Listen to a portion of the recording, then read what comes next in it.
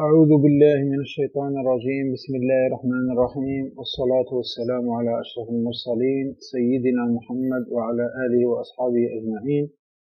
اللهم لا سهل إلا ما جعلته سهلا، وأنت تجعل الحزن إذا شئت سهلا. اللهم يا ميسر كل عسير ويا جابر كل كسير، يسر علينا كل عسير فتيسير العسير عليك يسير. اللهم يسر أمورنا واشرح صدورنا واختم بالباقيات الصالحات أعمالنا. اللهم يا معلم آدم علمنا، ويا مفهم سليمان فهمنا. اللهم لا علم لنا إلا ما علمتنا، إنك أنت العليم الحكيم، ولا حول ولا قوة إلا بالله العلي العظيم.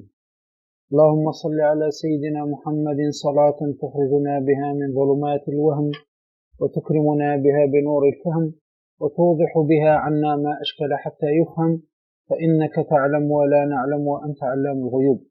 اللهم صل على سيدنا محمد الفاتح لما أغلق والخاتم لما سبق، ناصر الحق بالحق والهادي إلى صراطك المستقيم، وعلى آله حق قدره ومقداره العظيم. أما بعد، أحييكم بتحية الإسلام. السلام عليكم ورحمة الله وبركاته.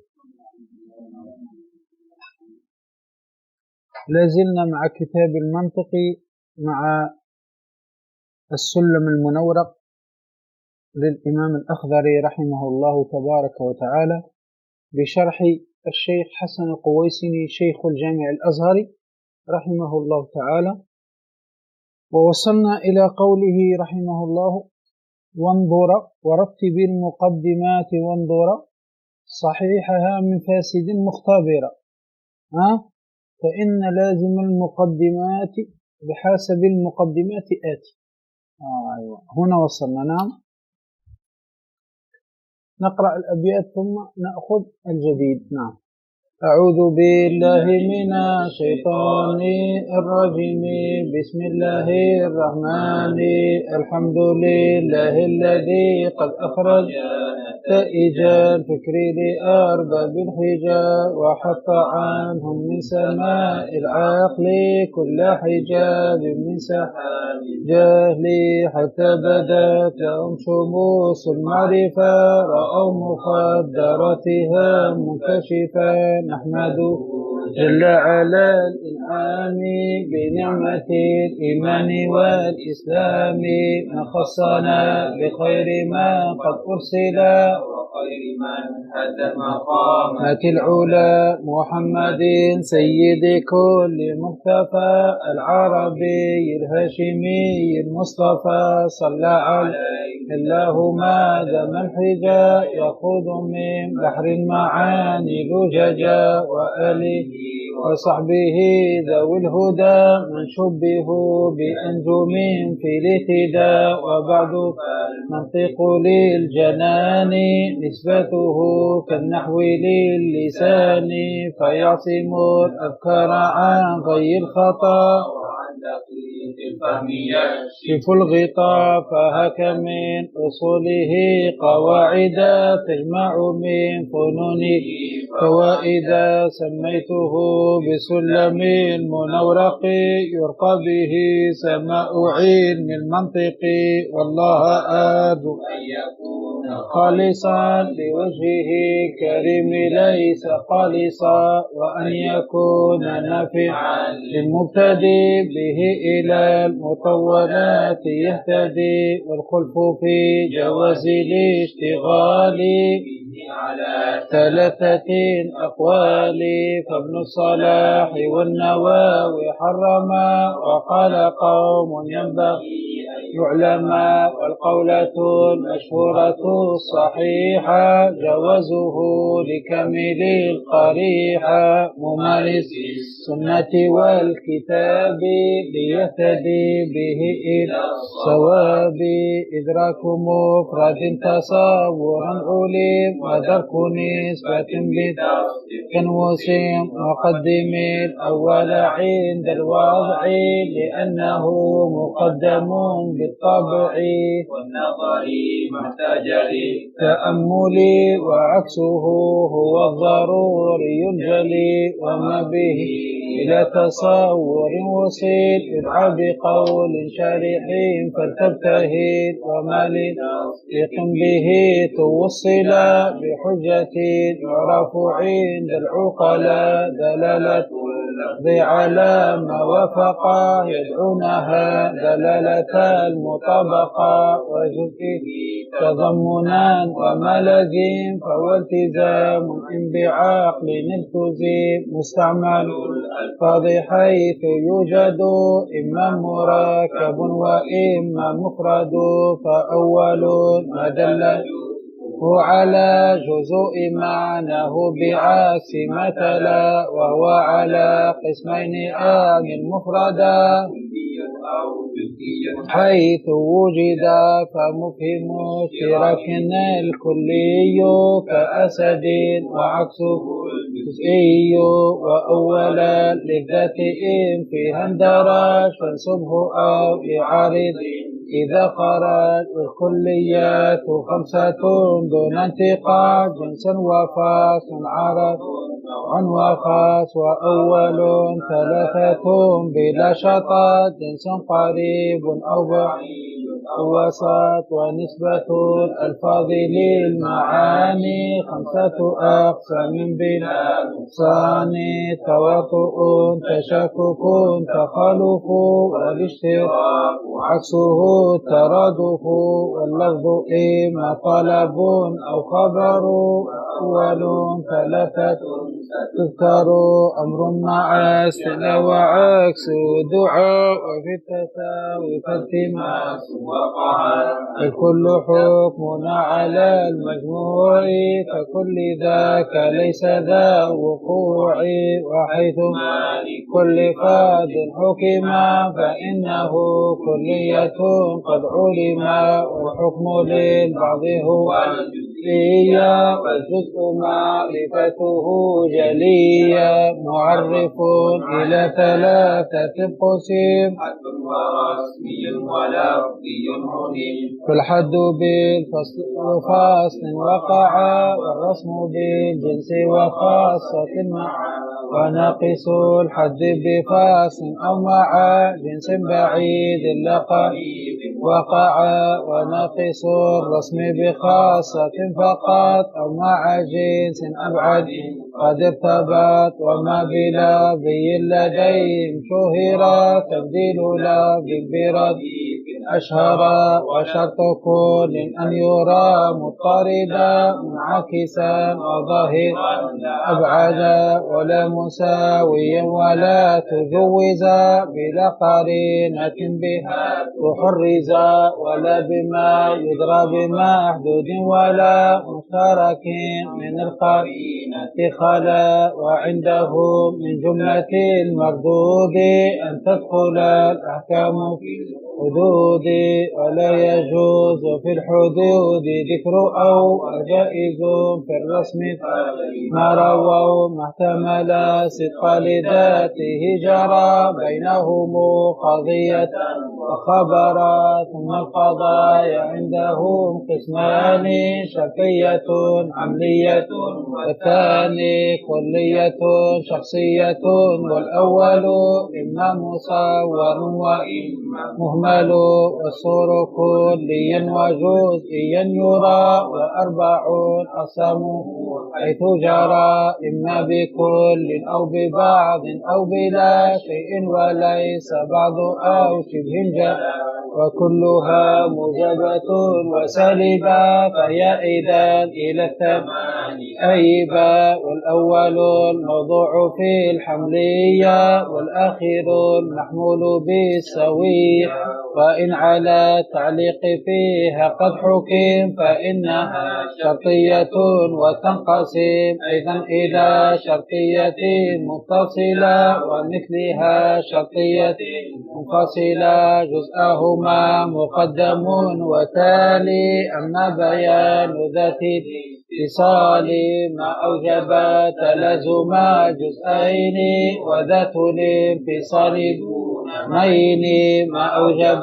تنافرا بينهما أقسامها ثلاثة فتعلم مانع جمع أو هما وهو الحقيقي الخاص فاعلما تناقض خلف القضيتين في كيف وصف واحد أمر خفي فإن تكن شخصية أو مهملة فنقضها بالكيف أن تبدل وإن تكن محصورة بالصور فاطلب بضد صورها المذكور فإن تكن موجبة كلية نقضها سالبة جزئية وإن تكن سالبة كلية نقضها موجبة جزئية العكس قلب جزئي القضية مع بقاء الصدق والكيفية والكم إلا الموجبة الكلية فعوض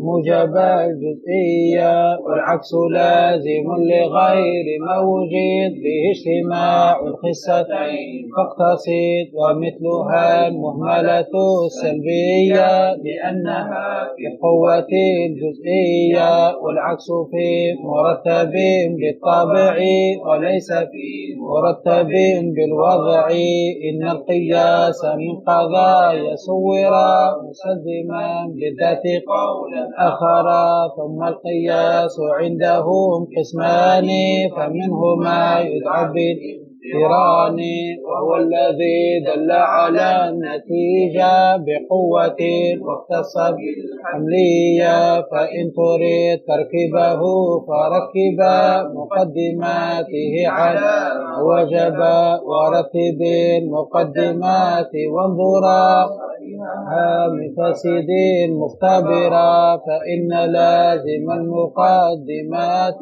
بحسب مقدمات آتي وما من المقدمات صغرى فيجب اندراجها في الكبرى وذات حد أصغر صغراهما وذات حد أكبر كبراهما وأصغر فذاك ذو اندراج ووسط غلد الإنتاج.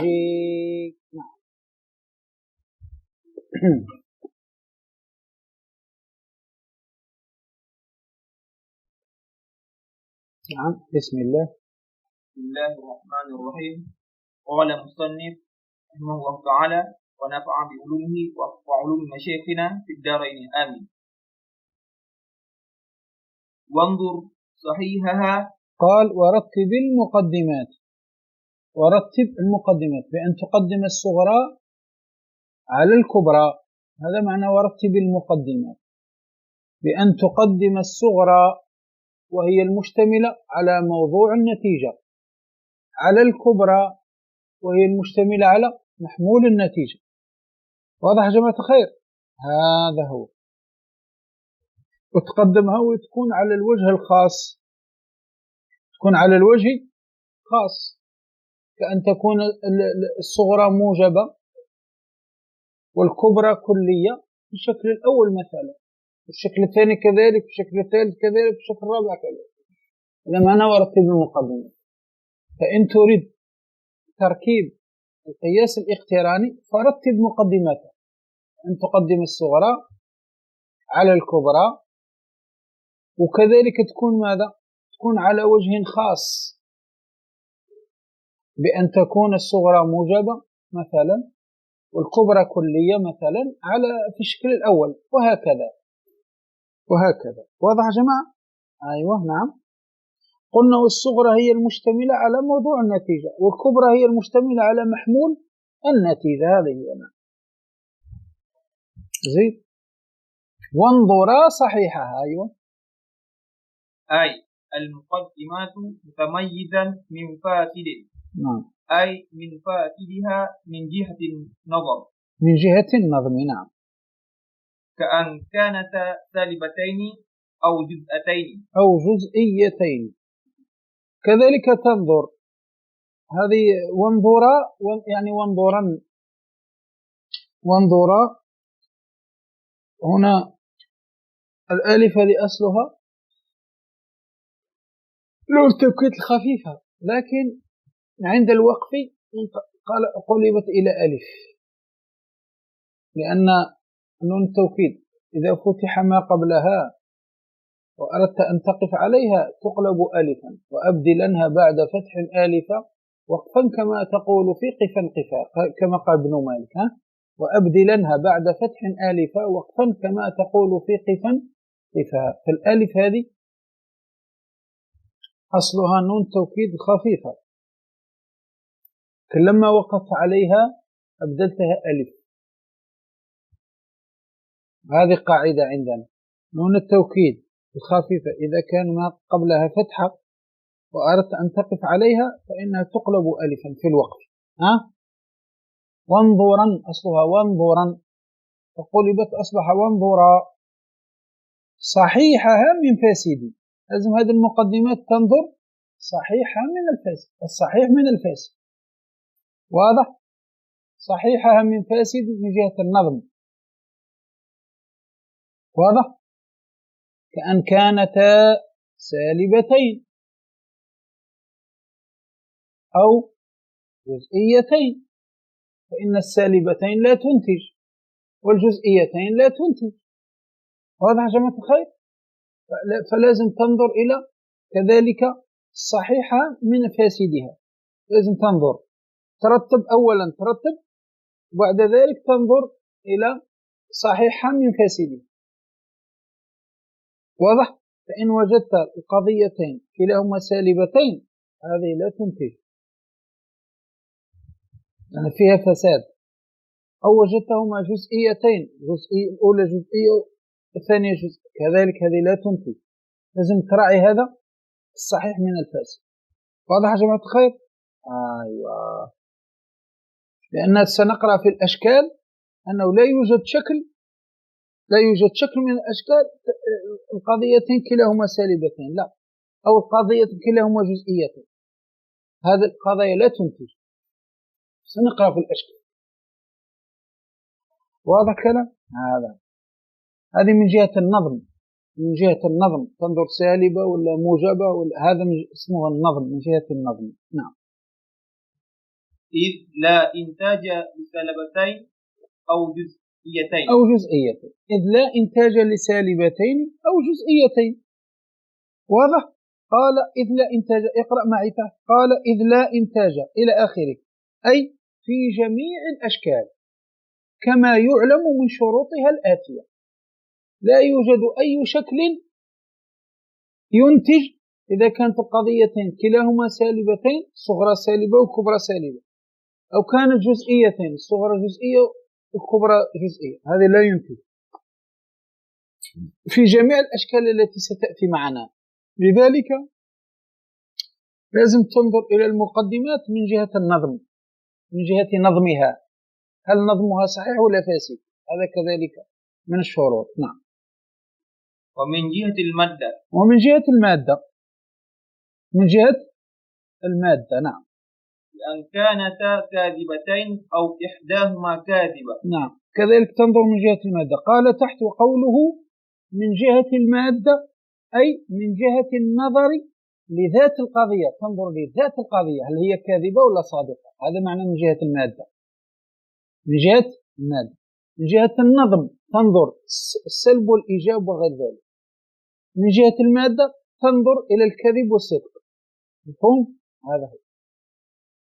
قال أي من جهة النظر لذات القضية وعدم الالتفات لتركيبها مع غيرها، لا تنظر إلى تركيبها مع غيرها، لا، تنظر إلى القضية لذات القضية هل هي كاذبة ولا صادقة، مفهوم؟ أيوة. فإن كانت القضيتين كلاهما كاذبتين فهذا لا تنتج، أو كانت إحداهما كاذبة كذلك هذه لا تنتج، مفهوم؟ هذا هو. فلا بد أن تنظر إلى القضيتين صحيحها من فاسدها من جهة النظم ومن جهة المادة، كلاهما لازم تنظر إلى القضيتين كما قلنا من جهة النظم ومن جهة المادة، مفهوم يا جماعة؟ هذا كذلك تنظر إليه في تركيب القياس الاقتراني.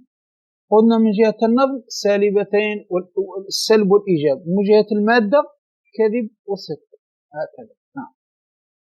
مختبرا أي حالة كونك مختبرا للمقدمات بالاستدلال عليها إن كانت نظرية هل هي يقينية أو لا. نعم. واضح يا جماعة؟ أيوة.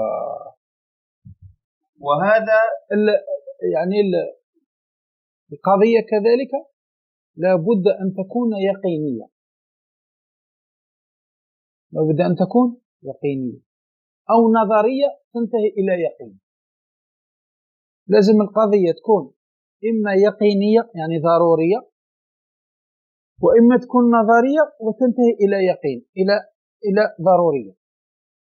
فأنت لازم تختبر هذا كذلك مختبرا، أي حالة كونك مختبرا للمقدمات بالاستدلال عليها إن كانت نظرية. إن كانت نظرية تستدل عليها، واضح؟ هل هي يقينية أو لا؟ قال تحت هنا بالاستدلال إلى آخره، علة على ذلك ليكون مفيدا لغير ما استفيد من قوله وانظر إلى آخره. وحاصله أن مفاد النظم السابق في الصحة والفساد. نعم. ومفاد هذا في اليقينية والظنية. الشيخ في الأول لما قالك وانظر، هذا من جهة ماذا؟ الصحة والفساد. أما هنا لما قالك مختبرة من جهة اليقينية والنظرية، فلا يوجد تكرار، لا يوجد تكرار في هذا. ففي الأول قالك انظر إلى المقدمات من جهة الصحة والفساد، وهنا قالك اختبر المقدمات من جهة ماذا؟ من جهة المقدمة اليقينية والمقدمة النظرية. فلا يوجد ماذا؟ لا يوجد تكرار في الكلام. قال حاصله أن مفاد النظم السابق في الصحة والفساد، ومفاد هذا النظر في اليقينية والظنية، وهذا أحسن من جعل الثاني من تتمة الأول. نعم. وأن مفادهما واحد، هذا أحسن من أن تجعل الاختبار من تتمة النظر. واضح؟ هذا. نعم. وهذا بيان للوجه الأخص الذي ذكره سابقا في قوله نعم على ما وجد. نعم. فلا يقال هذا تكرار لما تقدم، هذا ليس تكرار. نعم ليس تكرار. نعم هذا واضح يا جماعة. كذلك قلنا تختبر المقدمات هل هي يقينية أو نظرية. نعم. قال وهذا أي قوله وانظرا إلى آخره بيان الوجه الخاص. قال فلا يقال هذا تكرار لما تقدم، أي لأن تفصيل الشيء بعد إجماله لا يعد تكرارا، لا يعد تكرارا. هنا الشيخ يفصل وهناك أجمل، هذا هو. نعم. فلا يوجد تكرار. نعم. فإن لازم المقدمات بحسب المقدمات آتي. نعم. أي لازم المقدمات وهي النتيجة. نعم. بحسبها. نعم. فإن كانت المقدمة صحيحة كانت نتيجة صادقة. نعم. هذه يعني النتيجة تكون على حسب المقدمات. إن كانت المقدمات صحيحة فالنتيجة صادقة، وإن كانت المقدمات فاسدة أو كاذبة لم يلزم صدق النتيجة، لم يلزم صدق النتيجة، بل تارة تصدق وتارة تكذب. هذا معنى فإن لازم المقدمات هو النتيجة بحسب المقدمات آتي. بحسب المقدمات، إذا كانت المقدمات صادقة فالنتيجة صادقة. واضح؟ إذا كانت المقدمات كاذبة أو فاسدة لا يلزم صدق النتيجة، إنما قد تصدق وقد تكذب. نعم. قال تحت بحسب المقدمات، اقرأ معي تحت. قال أي في الجملة لما سيأتي أن النتيجة تلزم المقدمات في حال الصحة وتضطرب في حال الفساد. ما معنى تضطرب؟ مرة تصدق ومرة تكذب، هذا معنى تضطرب. فلا منافاة بين هذا وما يأتي. نعم، واضح، لأنه سيأتي كذلك. نعم. قال صحيحة أي من جهة الصورة بأن كانت مستوفية لشروط الإنتاج. واضح. قوله صادقة أي من جهة المادة، من جهة المادة. وكذا يقال فيما بعده، يعني الصحة من جهة الصورة، صورتها على الشكل الأول أو على الشكل الثاني أو على الشكل الثالث أو على الشكل الرابع.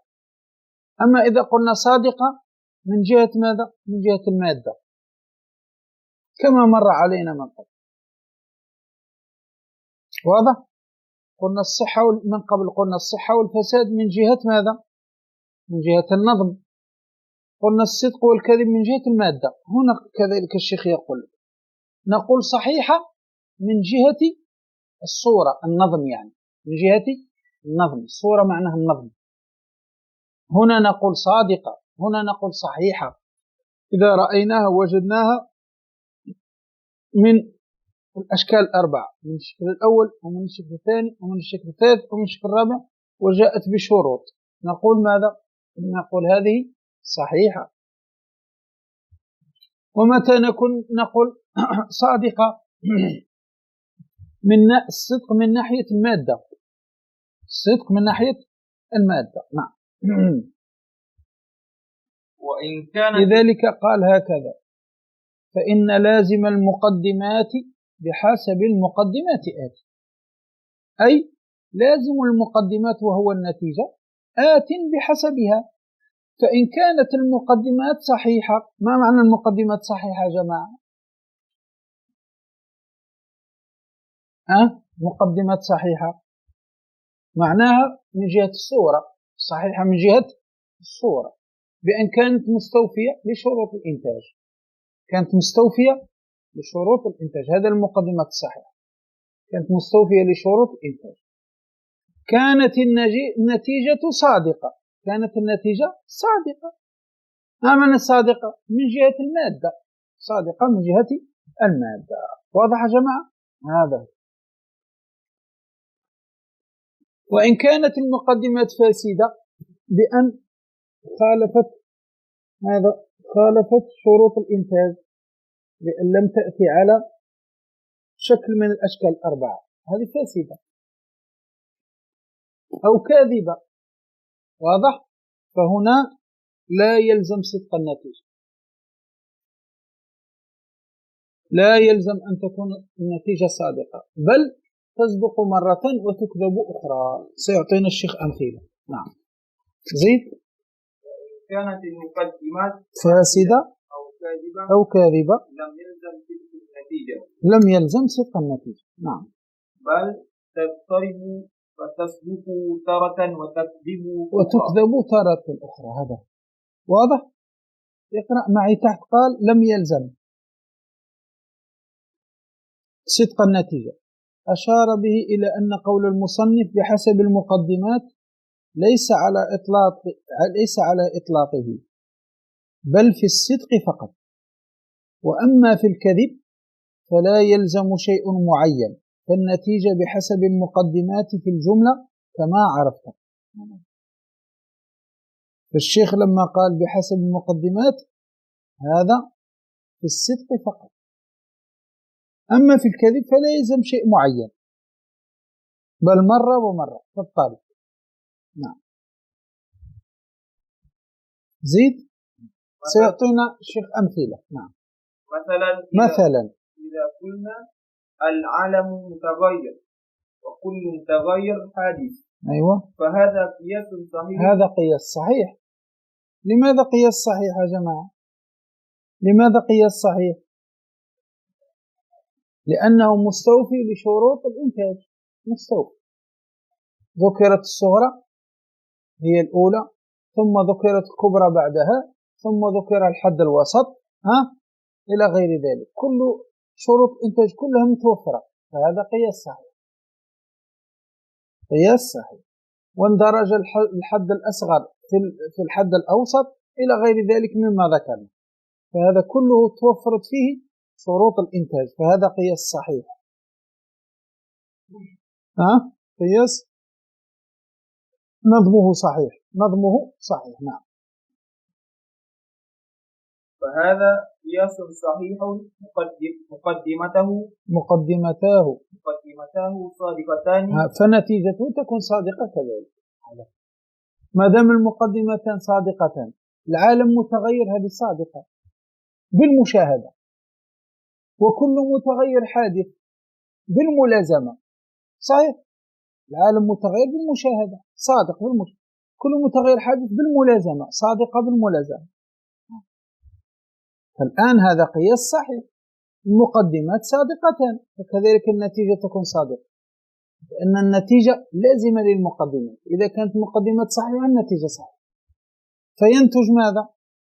العالم حادث، وتكون النتيجة صادقة تبعا للمقدمات، تبعا للمقدمات. نعم. زيد. وإن قلت كل إنسان فرس، كل إنسان فرس، وكل فرس صحل. فرس ليس فرس. وكل فرس فرس. نعم. وكل فرس صحل، فهو قياس كاذب. نعم، قياس كاذب، لأن إحدى المقدمتين كاذبة. هل كل إنسان فارس؟ لا، كاذبة هذا، ليس كل إنسان فارس. فإحدى المقدمات فلا يلزم صدق النتيجة، وإنما النتيجة قد تصدق وقد تكذب. أيوة. وإن قلت كل إنسان فرس وكل فرس سهال فهو قياس كاذب، فهو قياس كاذب إحدى المقدمات، فهو قياس كاذب إحدى المقدمات، كاذب إحدى المقدمات. واضح؟ وهي المقدمة الصغرى الأولى، أن ليس كل إنسان فارس، فلا يلزم صدق النتيجة. قال تحت: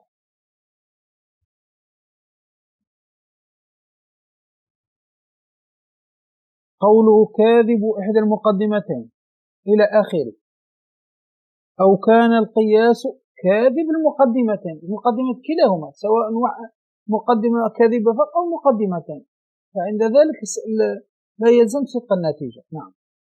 قال: كقولنا كل إنسان جماد وكل جماد حمار، فهاتان كاذبتان ونتيجتهما كاذبة. صحيح، وهي كل إنسان حمار. واضح؟ هذا المقدمتين كلاهما كاذبتين، فيلزم النتيجة أن تكون كاذبة. نعم. وهي كل إنسان حمار، فإذا أبدلت الكبرى بقولك وكل جماد ناطق كانت النتيجة صادقة. هذا هو الآن صدقة النتيجة، صادقة، رغم أنها ماذا؟ كلاهما كاذبتان، رغم ذلك صدقت النتيجة. أو قال لك الشيخ لو تقول هكذا: كل إنسان جماد وكل جماد ناطق، كانت النتيجة صادقة، وهي كل إنسان ناطق مع كذب المقدمة. لذلك قلنا لا يلزم صدق النتيجة، قد تصدق وقد تكذب. فمن أولا نكتب في السبورة، هذا المفهوم. مفهوم. في الأول مقدمتين كاذبتين، النتيجة كاذبة. في الثاني مقدمتين كاذبتين والنتيجة صادقة. فلذلك قلنا إذا كانت إحدى المقدمتين كاذبة أو كلاهما كاذبتين لا يلزم. ما معنى لا يلزم؟ ليس بلازم أن تكون النتيجة صادقة، إنما تكذب مرة وتصدق مرة. واضح؟ لكن هذا الصدق اتفاقي، الصدق هذا اتفاقي فقط، اتفق وجوده صادقا هكذا، اتفاقي فقط. نعم زيد. فهو قياس كاذب إحدى المقدمتين. فهو قياس كاذب إحدى، كاذب إحدى مضاف إليه.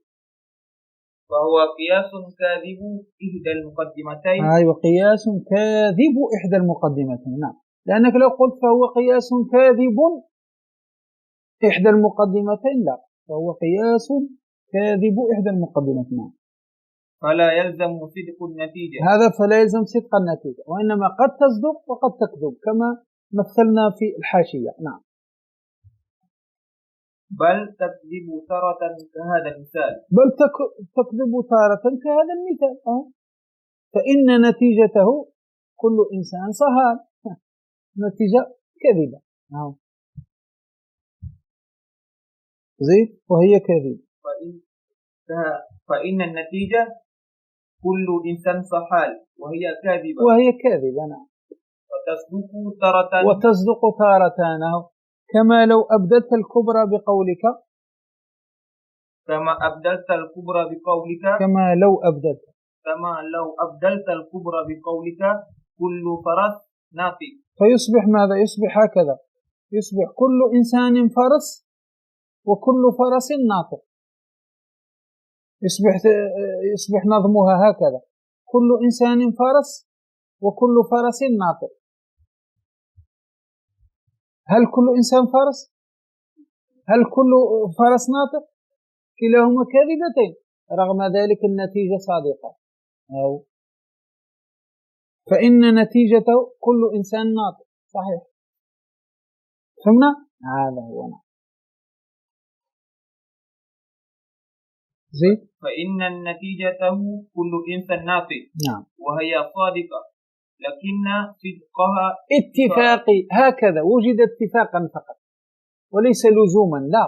لا نقول هنا النتيجة لازمة، لا ليس لزوم ولا شيء. وقع أمر اتفاقي، اتفق هكذا وجودها صادقة فقط، أمر اتفاقي فقط. اتفق هكذا في الوجود، وجودها صادقة فقط، لذلك يقول لك أمر اتفاقي.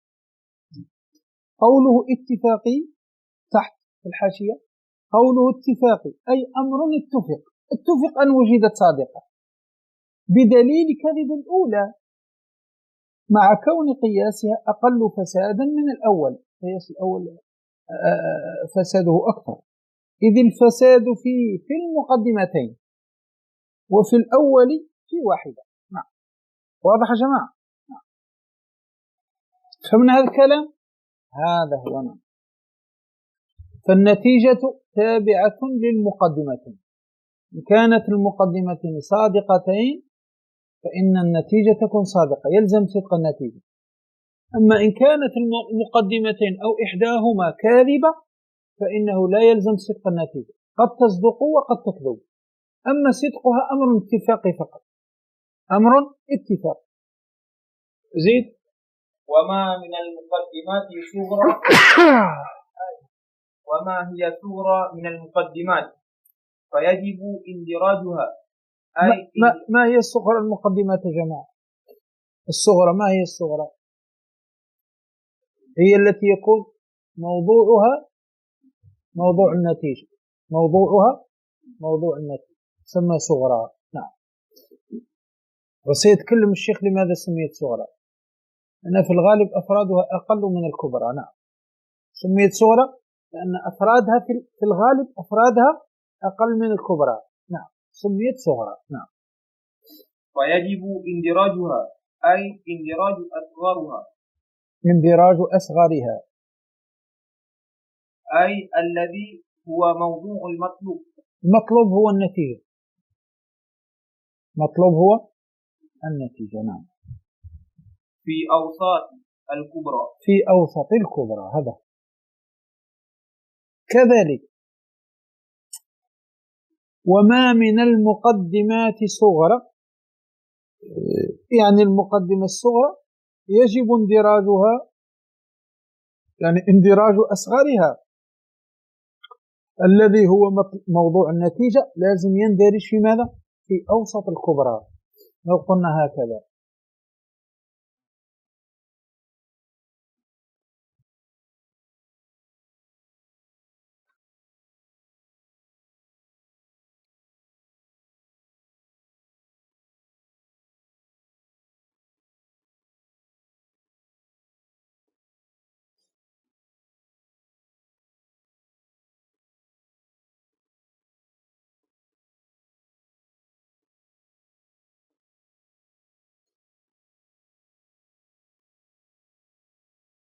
كل إنسان حيوان، وكل حيوان جسم.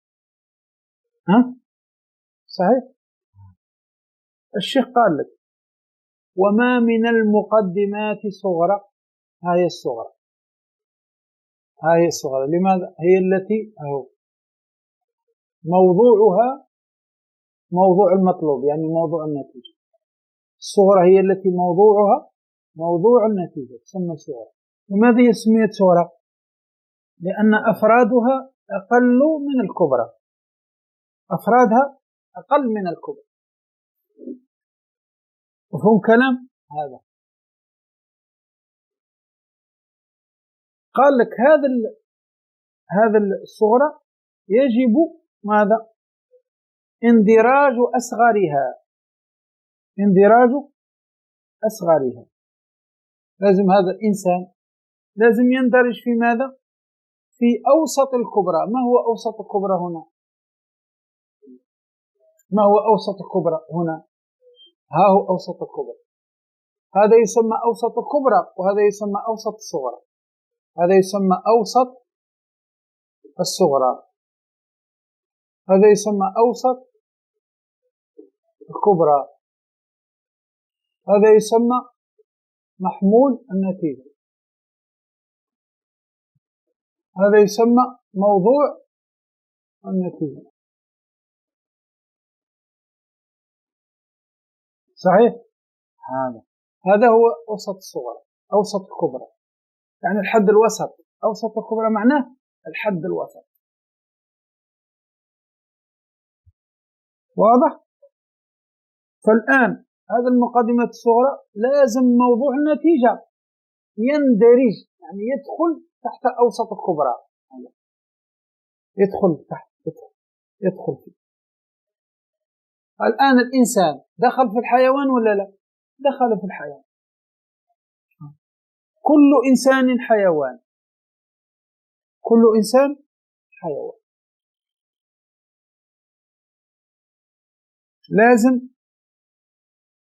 لازم اندراج أصغرها، اندراج الحد الأصغر لازم يندرج في أوسط الكبرى، يندرج في أوسط الكبرى. لازم يندرج في الحيوان، لازم الإنسان يندرج في الحيوان. فهم كلام؟ لماذا؟ لكي ينسحب عليه حكمه، لأنك بعد ذلك تقول وكل حيوان. فالآن هنا الإنسان مندرج فيه، فينسحب عليه حكم الحيوان، فتقول كل حيوان جسم. فالآن هنا الإنسان داخل في الحيوان، لازم يندرج. مفهوم؟ لابد أن يندرج. هذا معنى وما من المقدمات صغرى، أي ما هي صغرى من المقدمات يجب اندراجها، أي اندراج أصغرها. قال الشيخ اندراج أصغرها. واضح؟ أصغرها اللي هو موضوع النتيجة، موضوعها لازم يندرج في أوسط الكبرى. واضح؟ في أوسط الكبرى لازم يندرج في الحيوان، لازم يدخل في الحيوان. لماذا؟ لكي ينسحب عليه حكم الحيوان. ثم بعد ذلك تقول وكل حيوان جسم. فالإنسان الآن داخل هنا، راه مندرج في هذا الوسط الأوسط، الحد الأوسط، راه مندرج. هذا لازم، هذا معنى كلام وما من المقدمات صغرى، المقدمة الصغرى فيجب اندراجها، يجب اندراج أصغرها. الحد الأصغر يجب أن يندرج في أوسط الكبرى، لازم يكون داخل الحيوانية. هم جماعة؟ نعم. اقرأ لنا. وما من المقدمات صغرى، زيد. مثلا إذا قلنا كل إنسان حيوان، لو قلنا كل إنسان حيوان، نعم، وكل حيوان جسم، وكل حيوان جسم. الأصغر هو إنسان، الحد الوسط هو إنسان كما مثلنا في السبورة، الحد الوسط هو إنسان، نعم. وقد اندرج في الحيوان اللي هو أوسط الكبرى، اندرج هنا دخل أوسط الكبرى، نعم. وقد اندرج في الحيوان ينسحب عليه حكمه، يعني ليصير الأصغر محكوما عليه بما حكم على الأوسط، يصبح مندرج فيه فيدخل في حكمه، يصبح الإنسان هنا مع الحيوان فيحكم عليه جسم. فالآن الإنسان هنا راه داخل، راه مندرج هنا في الحيوان، وكل حيوان فيه الإنسان، فيه الإنسان ولا لا؟ فيه الإنسان مندرج، فينسحب عليه الحكم، يصبح حكمه جسم. هذا هو. لازم الحد الأصغر يندرج في أوسط الكبرى، مفهوم؟ هذا يعني. قال لينسحب عليه حكمه، لينسحب عليه حكم ماذا؟ حكم أوسط الكبرى، لينسحب عليه حكم أوسط الكبرى، هذا هنا الكلام. هذا قال تحت، اقرأ معي. قال في أوسط الكبرى، قال أي في الأوسط باعتبار كونه، قال في أوسط الكبرى أي في الأوسط باعتبار كونه مذكورا في الكبرى، فلا ينافي أن الأوسط فيهما، نعم، لا في الكبرى وحدها، لأن الأوسط كذلك هو مذكور هنا، هذه يسموها أوسط الصغرى وهذا يسموها أوسط الكبرى، ففي الحقيقة الأوسط مذكور فيهما معا، ليس في الكبرى فقط، نعم. وليس للكبرى أوسط يخصها كما قال شيخنا، ليس للكبرى أوسط يخصها، وإنما للصغرى أوسط وللكبرى أوسط، وهو الحد الوسط، نعم. قوله في أوسط الكبرى أي موضوع الكبرى، أو موضوع الكبرى، هذا أي موضوع الكبرى اللي هو الحيوان، وهو حيوان في المثال المذكور. سمي أوسط لأنه مكرر في المقدمتين ويترك عند الإنتاج، لذلك سمي أوسط، لأنه موجود في الصغرى موجود في الكبرى فسمي وسط، وعند الإنتاج نحذفه، عند الإنتاج يحذف، نعم. قال قوله لينسحب عليه حكمه أي انظر ماذا قال، ليصير الأصغر محكوما عليه بما حكم به على الأوسط ضمنا، فيدخل في ضمنه، فيصبح هنا، فيصبح الإنسان داخل هنا مندرج في الحيوان. فإذا حكمنا على الحيوان بالجسمية فالإنسان راه داخل مع الحيوان، فكأننا حكمنا على الإنسان والحيوان بالجسمية، الإنسان راه مندرج هنا. فمن شروط قياس اقتراني أن يندرج الحد الأصغر في أوسط الكبرى، هذا لينسحب عليه حكمه، نعم. زيد. وذات حد أصغر صرف للضرورة، صرف للضرورة لأنه ممنوع من الصرف للوصفية ووزن الفعل أصغر، من المفروض يقول وذات حد أصغر، وذات حد أصغر، لكن صرف للضرورة، نعم. صغراهما أي الصغرى من المقدمتين هي ذات الحد الأصغر الذي، بالراحة مولا. وذات حد أصغر، وذات حد أصغر صغراهما، هذا يعني المقدمة التي تشتمل على الحد الأصغر هي صغراهما، هي المقدمة الصغرى، هي المقدمة الصغرى، نعم. أي الصغرى من المقدمتين هي ذات الحد الأصغر الذي هو موضوع المطلوب، موضوع النتيجة.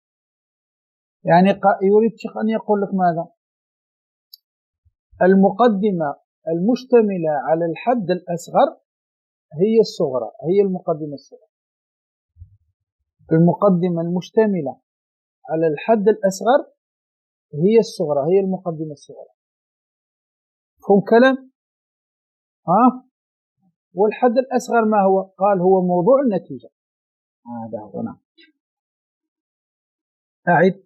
وذات حد أصغر صرف للضرورة صغراهما، أي الصغرى من المقدمتين هي ذات الحد الأصغر الذي هو موضوع المطلوب، موضوع النتيجة. فهمنا يا جماعة؟ هذا هو. نعم. كقولنا في المثال المتقدم. نعم. كل إنسان حيوان. كل إنسان حيوان. فإنها مشتملة على الحد الأصغر. فإنها مشتملة على الحد الأصغر. واضح؟ وهو إنسان. نعم. وهو إنسان الذي يكون موضوعا في النتيجة. نعم، يكون موضوع في النتيجة. هذا هو. فالمقدمة الصغرى هي التي اشتملت على الحد الأصغر ويكون موضوع النتيجة، كقولنا كل إنسان حيوان. فالحد الأصغر هنا هو إنسان، وسيكون هذا الإنسان موضوعا في النتيجة. مفهوم؟ اقرأ معي تحت ماذا قال؟ قال أصغر. ركز على هذا. أصغر لماذا سمي أصغر؟ يسمى بذلك لأنه أقل أفرادا من الأوسط غالبا ومندرج فيه دائما. فتفطن. أيوة، لذلك سمي أصغر. لأن انظر لو قلنا هكذا، شوفوا هنا كل إنسان حيوان. كل إنسان حيوان. الآن كم عندك أفراد هنا في الإنسان؟ أفراده محدودة. أفراد الإنسان محدودة ولا لا؟ محدودة. لكن لو قلت وكل حيوان جسم، وكل حيوان جسم، هذا يدخل فيه ماذا؟ الإنسان وغيره. أفراد أكثر. إنسان، البغل، الحمار، كذا كذا كذا، أفراد كثير. فلذلك هذا سمي حد أصغر. هذا الإنسان حد أصغر لأن أفراده أقل من أفراد الحيوان هذا، لأن الإنسان يدخل فيه فقط أفراد معينة، لكن الحيوان يدخل فيه الإنسان وغير الإنسان. فالآن هذا أصغر، هذا حد أصغر، هذا حد أصغر. واضح يا جماعة الخير؟ هذا. لكن الجسم هذا حد أكبر، يعني يدخل فيه الإنسان وغيره. مفهوم؟ هذا. لذلك قال أصغر يسمى بذلك لأنه أقل أفرادا من الأوسط غالبا. أقل أفراد من الحيوان غالبا. واضح؟ أقل أفراد من الحيوان غالبا. ومندرج فيه دائما. هذا الحد الأصغر دائما مندرج في الحد الوسط دائما، لذلك سمي أصغر. فهمنا يا جماعة الخير؟ أيوة. نعم. سمي أصغر لأنه أقل أفرادا من الحد ماذا؟ الوسط، ومندرج فيه دائما. نعم. زيد. قال صرف للضرورة، أي وهو ممنوع من صرف للوصفية ووزن الفعل. هو ذكره. نعم. قال الذي يكون موضوعا في النتيجة. اتبع معي من الحاشية. اعلم أن موضوع النتيجة يسمى أصغر لكونه في الغالب أقل أفرادا من الأوسط والأكبر. كلاهما من الأوسط ومن الأكبر. الآن الإنسان هذا الأصغر أقل أفراد من الأوسط من الحيوان، وأقل أفراد من الجسم اللي هو الأكبر. مفهوم؟ هذا. قال ومحمولها يسمى أكبر. هو المحمول، هو والجسم يسمى أكبر لكونه في الغالب أكثر أفراد، لأن الجسم هذا يدخل فيه الإنسان والحيوان وغيره. والمكرر في المقدمتين يسمى أوسط ووسطا لتوسطه وجمعه بين الطرفين، لأنه متوسط. أهو متوسط ويجمع الطرفين، يجمع الإنسان والجسم، يجمعهم. نعم. ومثل الموضوع والمحمول في الحملية المقدم والتالي في الشرطية، نفس الكلام الذي قلناه في الحملية بين الموضوع والمحمول، كذلك بين التالي والمقدم في الشرطية. والمقدمة التي فيها الأصغر تسمى الصغرى، المقدمة اللي فيها الحد الأصغر تسمى صغرى لاشتمالها على الأصغر، والتي فيها الأكبر تسمى الكبرى لاشتمالها على الأكبر. فمن الآن هذه الحاشية بيّنت كل شيء، واضح؟ هذا هو. زيد. وذات حد أكبر كبراهما. وذات حد أكبر كبراهما. أما القضية التي اشتملت على الحد الأكبر وهو محمول النتيجة، هذه تسمى كبرى، تسمى كبرى. لماذا سمي كبير؟ لأنه أكثر أفرادا، لأنه أكثر أفرادا. نعم. أي وكبرى المقدمتين هي المشتملة على الحد الأكبر. نعم. الذي هو محمول النتيجة. نعم. كقولنا في المثال السابق وكل حيوان جسم. نعم. فإنها مشتملة على الحد الأكبر وهو جسم الذي يكون محمولا في النتيجة. هذا هو. هذه هي القضية الكبرى. القضية الكبرى هي التي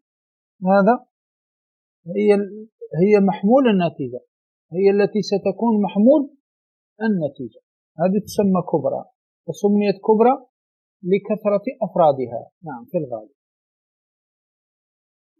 فسمي موضوع النتيجة أصغر لأنه أقل أفراد غالبا من محمولها. ها هو انظر الآن الإنسان هذا في الغالب أقل أفراد من الجسم هنا في المثال هذا، لأنه أقل أفرادا غالبا من محمولها. فالآن موضوع النتيجة اللي هو الإنسان أقل أفرادا في الغالب من محمول النتيجة اللي هو الجسم، لأن الجسم يدخل فيه الإنسان وغيره، أما الإنسان سيدخل فيه حاجة معينة. مفهوم؟ لذلك سمي أكبر. نعم. الذي سمي أكبر بكثرة أفراده. أما الجسم أفراده كثيرة، يدخل فيه الإنسان والحيوان والنبات وغير ذلك. نعم. بكثرة أفراده. نعم. وسمي كل منهما حدا لأنه طرف القضية. نعم. هاو انظر، هذا في طرف القضية وهذا طرف القضية. هاو هذا في الطرف وهذا في الطرف، فسمي حد لأنهما طرفا القضية. وهذا سمي أوسط لأنه أتى في الوسط، سمي وسط. نعم. وأصغار صرف للضرورة. كذلك أصغار صرف للضرورة، لأنه المفروض أصغار، من المفروض أصغار. نعم. فذاك ذو اندراج. نعم. وأصغر فذاك ذو اندراج، يعني الأصغر هنا يكون مندرج في الأكبر. واضح؟ وأصغر فذاك ذو اندراج، يعني الأصغر يندرج في الأكبر. مفهوم؟ لأنه بسبب اندراجه في الوسط سيندرج في ماذا؟ لازم يندرج في الأكبر. ما دام الأصغر اندرج في الحد الوسط فلازم يندرج في الأكبر، في الحد الأكبر. فهمتوا هذا الكلام يا جماعة؟ أنا الحد الأصغر ما دام اندرج في الحد الأوسط لازم يندرج في الحد الأكبر، لازم. لذلك قال وأصغر فذاك ذو اندراج، يعني الأصغر يندرج في الحد الأكبر. لماذا؟ لاندراجه في الحد الأوسط. ما دام اندرج في الحد الأوسط لازم يندرج في الحد الأكبر. نعم. أي الأصغر مندرج في مفهوم الأكبر. نعم، في مفهوم الأكبر. نعم. بسبب اندراجه في الأوسط كما تقدم. أو الآن لو قلت هكذا كل إنسان حيوان، كل إنسان حيوان اندرج في الحد الوسط ولا لا؟ اندرج، دخل، خلاص دخل. ثم أتينا بالحد الوسط وقلنا وكل حيوان جسم. فالآن الإنسان موجود هنا مندرج في الحيوان، لازم يندرج في الأكبر كذلك. وكل حيوان جسم لازم يندرج، لأنه بسبب اندراجه في الحد الوسط اندرج في الأكبر. هم كلام هذا؟ نعم هذا.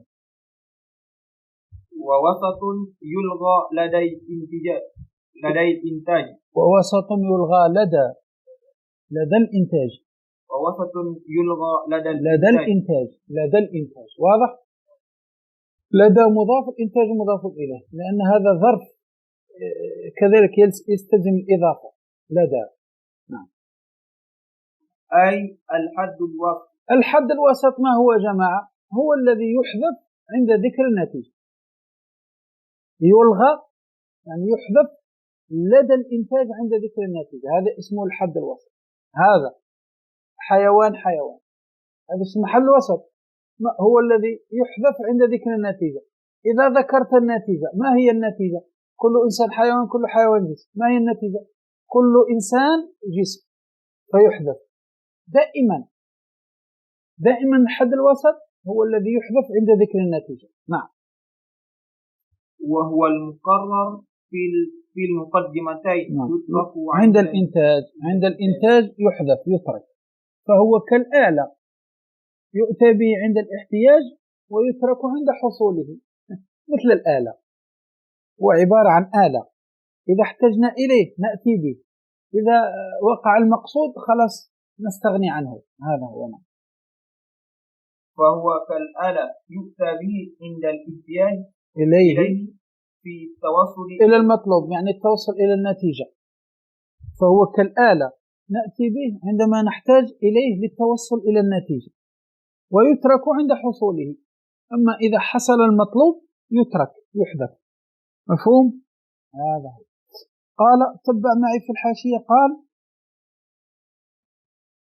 وسمي موضوع النتيجة أصغر لأنه أقل أفرادا غالبا من محمولها. قال قوله أقل أفرادا غالبا من محمولها، أي بواسطة أنه أقل أفراد من الوسط الذي هو أقل أفراد من المحمول غالبا.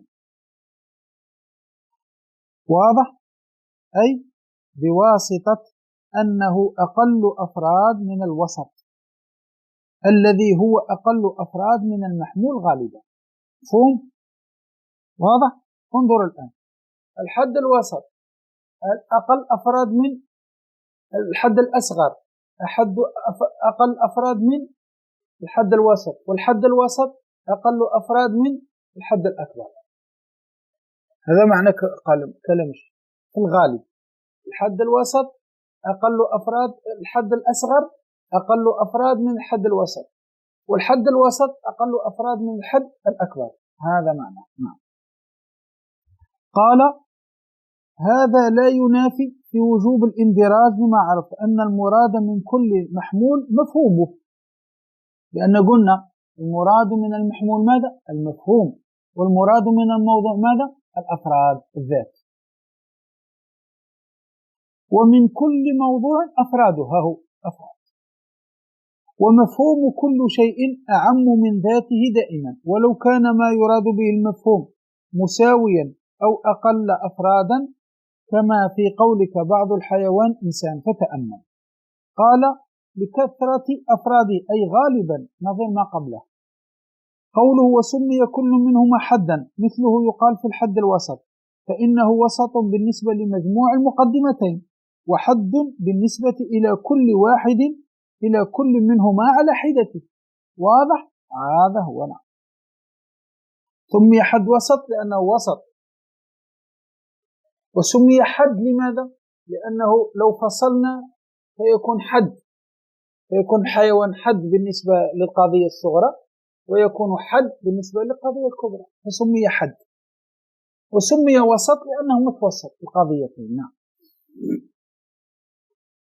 قوله في مفهوم الأكبر أشار بهذا لدفع الاعتراض على المصنف بأن في كلامه تكرار بين ما هنا وبين قوله السابق وما من المقدمات صغرى، فيجب اندراجه في الكبرى، صحيح؟ أيوة. وحاصل الدفع أن المتقدم بين فيه اندراج الأصغر في الحد الوسط، وما هنا بين فيه اندراجه في الأكبر، فلا يوجد تكرار. هناك قلنا أن الحد الوسط قلنا أن الحد الأصغر يندرج في الحد الأوسط، لكن هنا قلنا أن الحد الأصغر يندرج في الحد الأكبر، فلا يوجد تكرار. مفهوم كلام هذا؟ لذلك قال وحاصل الدفع أن المتقدم بين فيه اندراج الحد الأصغر في الحد الوسط، وما هنا بين فيه اندراجه في الأكبر، فتأمل، فلا يوجد تكرار، لا يوجد تكرار. نعم. قوله ووسط يلغى، أي سواء كان موضوعا أو محمولا في المقدمتين أو أحدهما، فيشمل الأشكال الأربعة، ولا فرق بين ما تركب من الحمليات أو الشرطيات، إلا أنه يقال في الشرطيات سواء كان مقدما أو تاليا، فافهم. هذا هو ووسط يلغى. ووسط يلغى لدى الإنتاج سواء كان موضوعا أو محمولا في المقدمة. واضح؟ سواء كان موضوع أو محمول في المقدمة. واضح؟ فهنا وقع ماذا؟ حد الوسط هنا وقع ماذا؟ موضوع. وهنا وقع ماذا؟ محمول، سواء كان موضوع أو محمول كما قال، أي سواء كان موضوعا أو محمولا في المقدمتين أو أحدهما، فيشمل الأشكال الأربعة، ولا فرق بين ما تركب من الحمليات أو الشرطيات كلاهما، إلا أنه يقال في الشرطيات يقال ماذا؟ يقال مقدم وتالي، مقدم وتالي. هذا فافهم. خاتمة. صور تأليف القياس الاقتراني 6، يعني الصور التي يتألف منها القياس الاقتراني 6 صور. أولا يتركب من حمليتين، هذا هو الصورة الأولى. الثانية من متصلتين، يعني شرطية متصلة. ثالثة منفصلتين، شرطية منفصلة. رابع متصلة ومنفصلة، شرطية متصلة وشرطية منفصلة. حملية ومنفصلة. السادس حملية ومنفصلة. وتأتي الأشكال الأربعة في كل منها، وقد تقدم مثال القسمين الأولين، وأمثلة البواقي تطلب في المطولات. الشيخ هنا مثل لماذا؟ مثل للحمليتين والشرطيتين المتصلتين فقط. الشيخ ذكر كم؟ صورتين فقط. مثل للحمليتين، ها هما الحمليتين، وللشرطية المتصلتين اللي هي مقدم والتالي. كلما كان هذا إنسان كان حيوانا، وكلما كان حيوانا كان مثلا جسما، فينتج هكذا. فالشيخ مثل كم؟ صورتين، حمليتين ومتصل، شرطيتين متصل. قالت أما البواقي تطلب في المطولات. واضح يا جماعة الخير؟ وفي هذا القدر كفاية. نسأل الله تبارك وتعالى أن يجعلنا من الذين يستمعون القول فيتبعون أحسنه، أولئك الذين هداهم الله وأولئك هم أولو الألباب. صلى الله وسلم وبارك على سيدنا محمد وعلى آله وصحبه وسلم، والحمد لله رب العالمين.